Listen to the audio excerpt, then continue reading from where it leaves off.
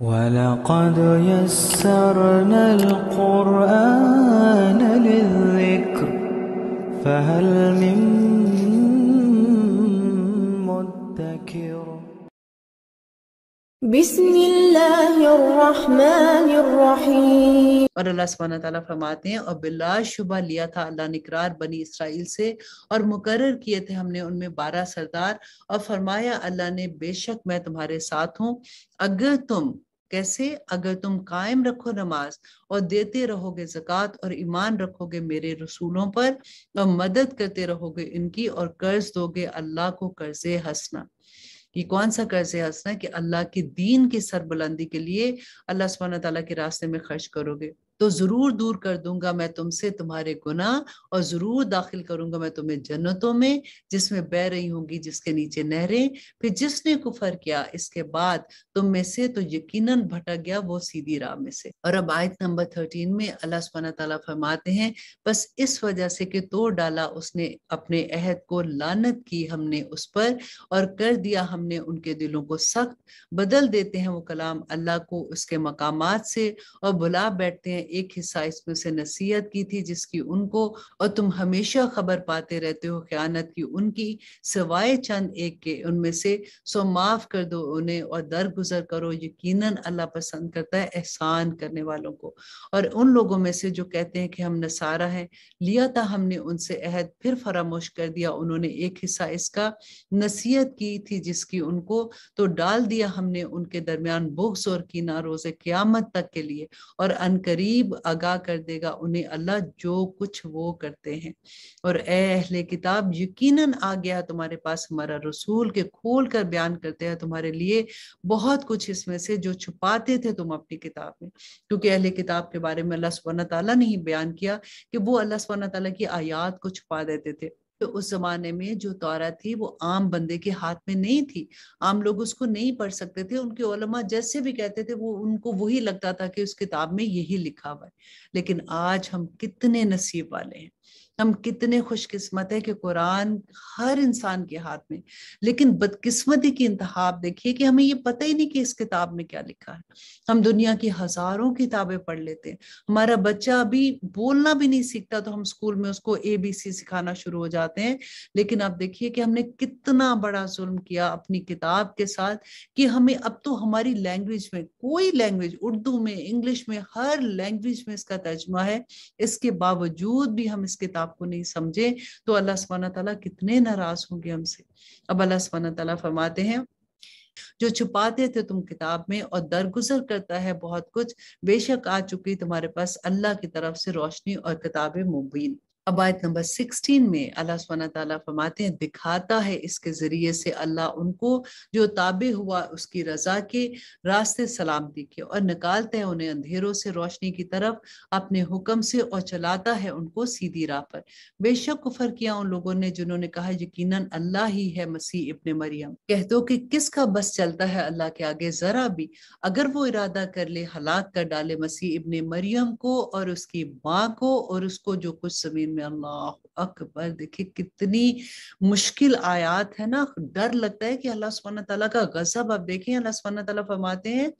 کہ اللہ کے آگے ذرا بھی کس کا بس چلتا ہے، اگر ارادہ کر لے اللہ کے ہلاک کر دے مسیح ابن مریم کو، اس کی ماں کو اور اس کو جو زمین میں ہے، سب کے سب کو اللہ سبحانہ تعالیٰ ہلاک کر دے تو اللہ ہی کے لیے بادشاہی آسمان و زمین کی اور جو کچھ ہے ان دونوں کے درمیان، پیدا کرتا ہے وہ چاہتا ہے جو، اور اللہ ہر چیز پر قادر ہے۔ اللہ اکبر۔ اللہ سبحانہ تعالیٰ فرماتے ہیں ہاں یہود و نصارہ نے کہ ہم بیٹے ہیں اللہ کے اور اس کے چہیتے ہیں، کہہ دو کہ پھر کیوں عذاب دیتا ہے تمہیں اللہ تمہارے گناہوں کے سبب، نہیں بلکہ تم بشر ہو، انہی میں سے ہو جو اس نے پیدا کیا، بخش دے وہ جسے چاہے اور عذاب دے وہ جسے چاہے، اور اللہ سبحانہ تعالیٰ ہی کے لیے آسمان کی بادشاہی اور زمین کی اور جو کچھ ہے ان دونوں کے درمیان، اسی کی طرف سب کو لوٹ کر جانا ہے۔ اے اہل کتاب یقیناً آ گیا تمہارے پاس ہمارا رسول کے کھول کھول کر بیان کرتا ہے تمہارے لیے منقطع رہنے کے بعد سلسلہ رسولوں کے۔ یہاں پہ اللہ سبحانہ تعالیٰ جو بتا رہے ہیں کیونکہ حضرت عیسیٰ اور نبی صلی اللہ علیہ وسلم کے درمیان میں 600 سال کا فرق تھا، تو اس سے پہلے تو پے در پہ رسول آ رہے تھے اور एक एक रसूल आके अल्लाह सुब्हानहू तआला की वहदानियत के बारे में बता रहे थे। और देखिए हजरत मूसा अलैहिस्सलाम भी तो अपने वक्त के मुसलमानों पे रसूल थे, और जो हजरत ईसा थे वो अपने वक्त के जो लोग थे और उनके ऊपर जो मुसलमान थे रसूल थे। रसूलुल्लाह सल्लल्लाहु अलैहि वसल्लम ये उन लोगों को अल्लाह सुब्हानहू तआला का पैगाम दे रहे थे, वो हजरत इब्राहिम अलैहिस्सलाम को रसूल नहीं मानते थे, वो उनको जिस अपने वालिदात की जैसे इज्जत करते थे इसी तरह से वो उनको एक बुजुर्ग समझ के उनकी इज्जत करते थे। तो अल्लाह सुब्हानहू तआला ने यहाँ पे जो हमें हजरत ईसा और हजरत मूसा के जो किस्से हम बार बार पढ़ रहे हैं कि वो लोग तो मुसलमान थे, उसके बावजूद उनमें कितनी खराबियां आ गई थी, कितनी बिदात उनके अंदर आ गई थी कि मुसलमानों तुम ऐसा ना करना कि अल्लाह के गजब के मुस्तहिक हो, जो अल्लाह ना करे। और आगे देखिए अल्लाह सुब्हानहू तआला फरमाते हैं कि ना कहो तुम कि नहीं आया हमारे पास कोई खुशखबरी सुनाने वाला और डराने वाला, सो यकीनन आ गया तुम्हारे पास खुशखबरी सुनाने वाला और डराने वाला, और अल्लाह हर चीज पर कादिर है। आयत नंबर 20 में अल्लाह सुब्हानहू तआला फरमाते हैं कि और जब कहा मूसा ने अपनी कौम से कि ए मेरी कौम याद करो अल्लाह का एहसान अपने ऊपर, जब पैदा किया उसने तुम में पैगंबर और बनाया तुम्हें बादशाह और अनायत किया तुमको इतना कुछ के नहीं दिया किसी को अहले आलम में से। अब देखिए अहले किताब यहूदियों को